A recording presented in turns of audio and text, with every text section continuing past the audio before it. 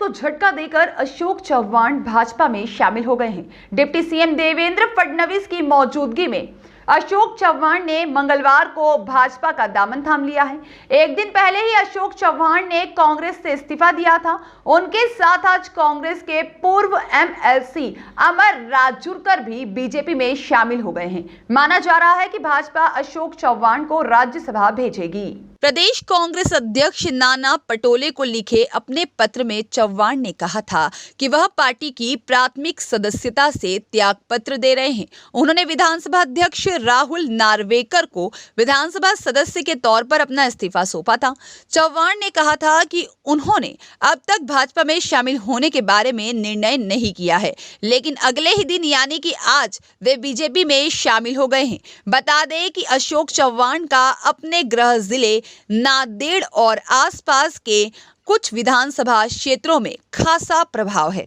और वहीं पर अमरावती से निर्दलीय विधायक रवि राणा ने दावा किया है कि 10 से 15 विधायक अशोक चव्हाण के संपर्क में हैं, जो भारतीय जनता पार्टी में शामिल हो सकते हैं। पूरे देश में मोदी जी ने जिस प्रकार का विकास का कार्य किया है और जिस प्रकार से भारत का चेहरा और चित्र बदला है, इससे प्रभावित होकर कई पार्टियों के बड़े बड़े नेता जो है, इनको भी ये लगता है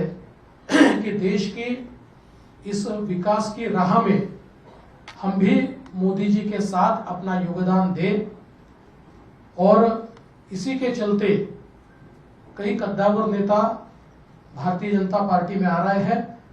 और महाराष्ट्र में हमारे लिए बहुत सौभाग्य की बात है कि अशोकराव चव्हाण जी जैसे एक कद्दावर नेता ने भारतीय जनता पार्टी में प्रवेश किया है। और जब हमारी उनसे चर्चा हुई, उस समय उन्होंने बहुत स्पष्ट रूप से कहा कि मैं बड़े से बड़े पद पर रहा हूं, इसलिए मेरे लिए पद कोई मायने नहीं रखता। मैं देश की मुख्य धारा में मोदी जी के साथ योगदान देना चाहता हूं और इसलिए भारतीय जनता पार्टी में मैं प्रवेश कर रहा हूं। मैं आज भारतीय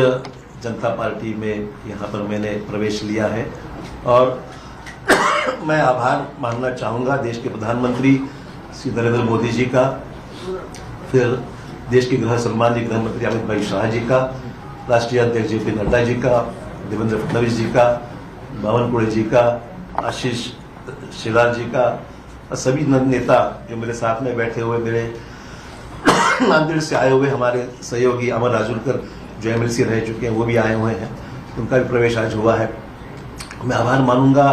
भारतीय जनता पक्ष के नेतृत्व की, उन्होंने मुझे आज ये मौका